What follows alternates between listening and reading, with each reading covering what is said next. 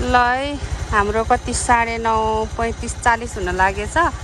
म चाहिँ गाउँ जाँदैछु। कति मिनटमा चाहिँ पुग्दो रहेछ हामी भनेर देखाउन लागेको। हामी गाउँ हिँडे। ल यतिको भएपछि त चिसो लाग्दैन होला नि। चस्मा मास्क अनि सलको पनि लगाएको ज्याकेट हिँड्ने है हामी त।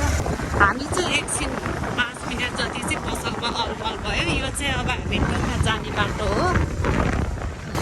हुँदैन ल हामी टोखा आइपुगे। टोखा झोरको चोक चाहिँ यही हो। पहिला चाहिँ हामी अलिकति यताबाट जान्थ्यो, यहाँबाट जान्थ्यो भने अहिले चाहिँ यताबाट खोलेको छ। अनि यो बाटोको चाहिँ एउटा यस्तो मेमोरी छ कि है 64 सालमा चाहिँ मेरो गाउँमा आधी बाटोदेखि चाहिँ चप्पल चुटेर यो बाटो भर्खर खन्दै थियो गिटी। त्यो यो बाटो फेरि यस्तो ढुङ्गा है, त्यो ढुङ्गाले मेरो खुट्टामा यति रगत आछ कि बाफ्रे। त्यही भएर मलाई यो बाटो लास्टै याद आउँछ कि म कति रोएर हिँडेको छु यो बाटो 64 साल। यो कुरा नि सेयर गरेँ साथीहरूलाई आज। हो कि होइन भन त? म कति रोएर हिँडेको छु चप्पल चुटेर। अनि यो बाटोमा सबै ढुङ्गा गिर्खा। यहाँभन्दा नि मेरो उता जङ्गल त्यहाँनिर झन् यति रोएर हिँडेको छु कि म लाग्छ।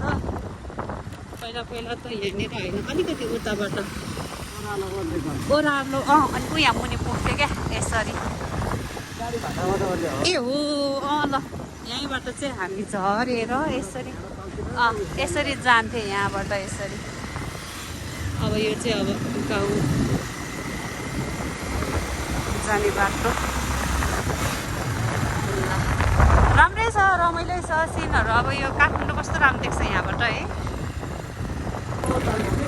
हाम्रो घरसम्म त गाडी जान्छ।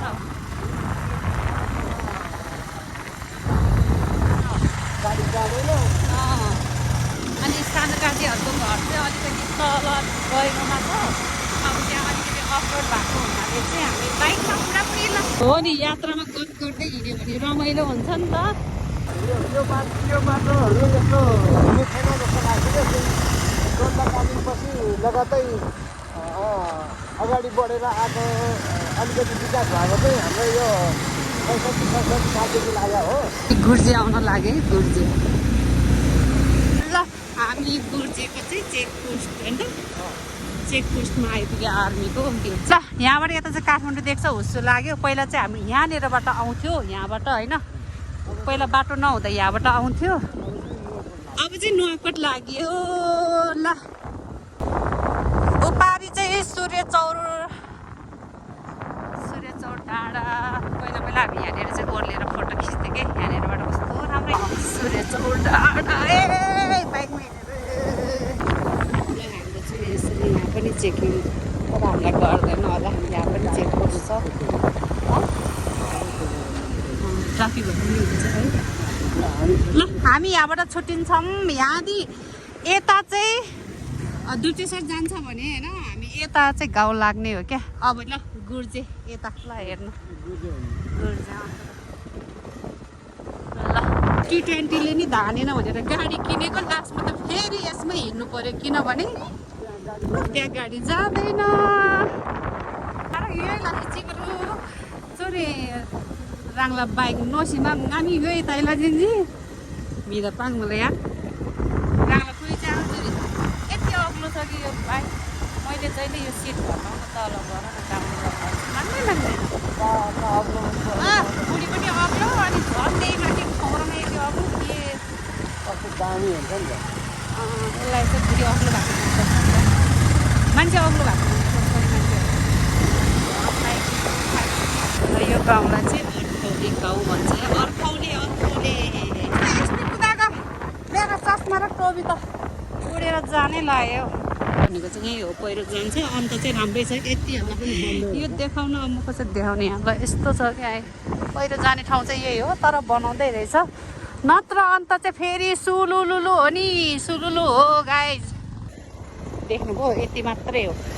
अफरोड भनेको यति मात्रै हो। देख्नुभयो नि त्यहाँ माथि डाँडा त्यति हो। झर्ना कति ठुलो थियो बर्खामा चाहिँ यति ठुलो झर्ना हुन्छ अब अहिले चाहिँ छैन जाने गाउँ अब यहाँबाट चाहिँ हाम्रो घर भनौँ भने यो बाटो यो सबै यता यो जङ्गलहरू नै हाम्रो नै हो क्या यो बाटोलाई दिएको होइन हाम्रो माइली दिदीको चाहिँ उयो निलो जस्ता भएको घर अनि हाम्रो त्योभन्दा मास्लो चाहिँ हाम्रो हो अब अहिले कोही छैन नजाने अब खोइ कहाँ त्यहाँ माथि हो हाम्रो चाहिँ होइन अब यहाँ ल पिच छैन त किन छैन ल म अब मेरो घरसम्म चाहिँ म तपाईँहरूलाई टाइम देखाउँछु है हामी पसलतिर पनि रोकियो म टाइम देखाउन गइरहेको छु ल हेर्नु ल आइपुगेन त नजिकै होइन अनि हामी चाहिँ आइपुग्यो आइपुग्ने यस्तो धुली ल ल हामी आइपुग्यौँ ओहो यस्तै छ ल एकछिन यहाँ बस्छु उता हामीको घरमा चाहिँ आइपुग्यो सानो काजीको घर चाहिँ यही हो जेठाबाहरूको घर चाहिँ यो फेरि ल हिँड्नु नि त तल हिँड्नु त कस्तो कुदेको यार कस्तो कुदेको हौ हजुर दाइ दाइ उता हुनुहुन्छ हामी चाहिँ भर्खर आइपुगेको घरको मान्छे हो तर के अब उता त गरेको थियो अब यहाँ के गर्ने मेलो मेसै थाहै छैन है दिदी खै त भेना खोइ हामी बाइकमा आएको हामी बाइकमा आएको हिजो बेलुकै आउनु भयो हिजो बेलुकै आउनु भयो ठ्याक्कै त्यो माघमा साथ परिहाल्यो त्यहाँबाट सकिने माघमालाई ठ्याक्कै साथ पऱ्यो नि झमक्कै भयो माघमा ए सानो काजीको घर यताको चाहिँ जेठाको घर ल छोरा पनि आयो सुलभ आफ्नो पछि हेर्नुहुन्छ नि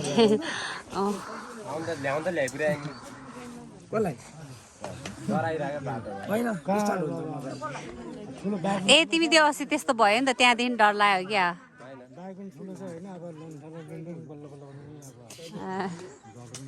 यहाँ हाँसिरह फेरि सुरेश किन ढिला सबिन किन ढिला ए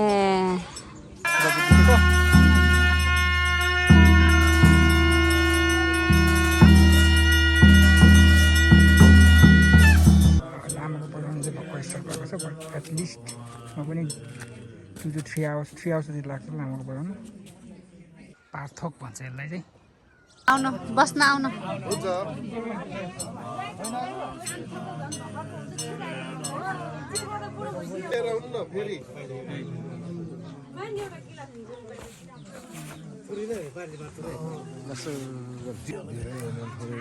यो चाहिँ ज्वाइँहरूले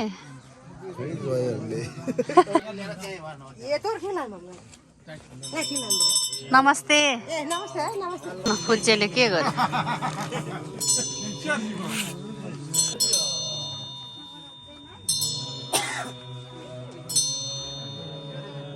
तल्लो भागमा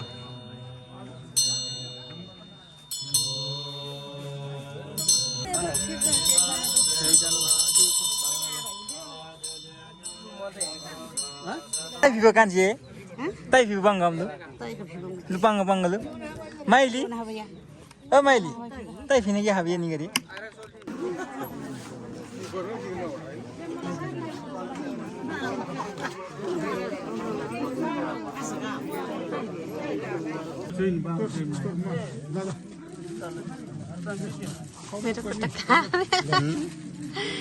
मेरो खुट्टा काँडा भएर तपाईको त्यो हात रहेछ क्या गालिन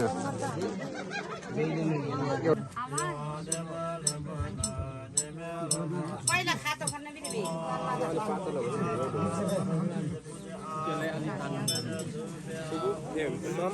बिजाय होला यो अलिकति यो त तानो चाहिँ कस्तो यो अलिकति तानो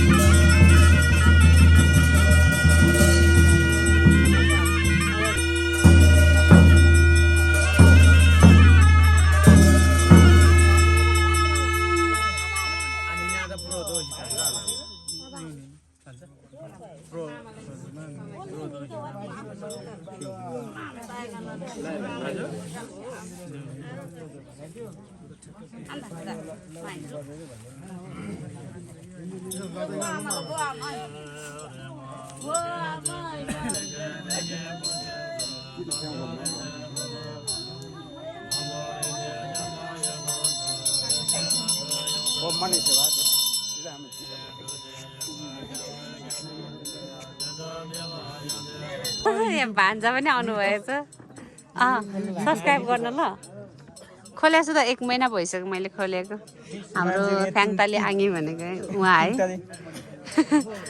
3 वर्ष भइसक्यो युट्युब खोलेको होइन अब मैले चाहिँ 1 महिना भयो युट्युब खोलेको 1 महिना हो मैले तर तिम्रो भन्दा मेरो धेरै उ भएको छ तपाईँ धेरै भिडियो हाल्छ नि त लङ भिडियो हाल्छ म सर्ट्समा त मैले लङ भिडियोहरू हाल्दा मैले सर्ट्समा त हाल्छु नि त म सर्ट्समा धेरै हाल्छु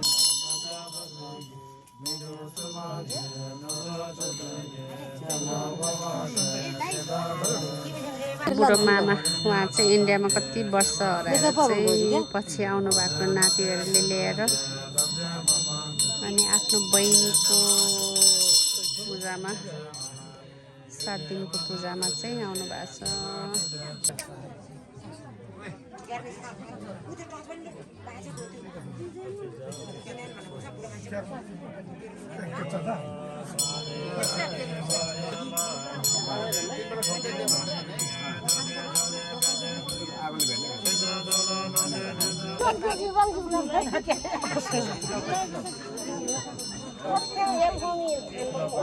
उता ढोग्नु न काकी 3 चोटि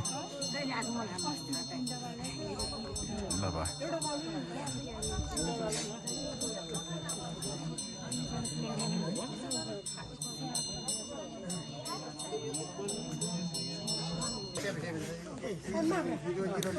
खाना चाहिँ हाम्रो तामाङको रीतिरिवाजमा चाहिँ लास्टमा चाहिँ आमाको भाग चाहिँ यसरी सबैजनाले बोक्नुहुन्छ मैले नि बोकेछु यहाँ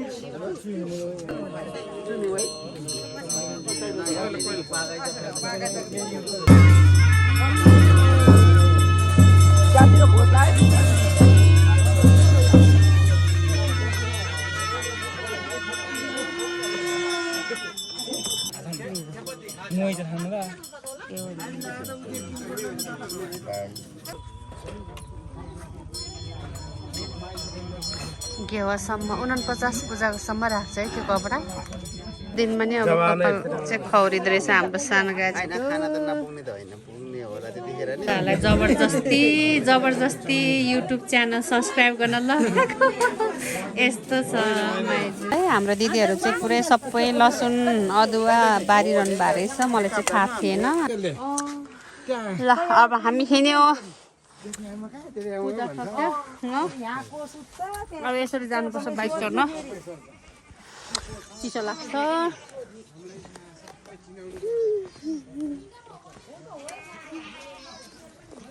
ल ब्लग इन गर बाई गर ल guys like share comment and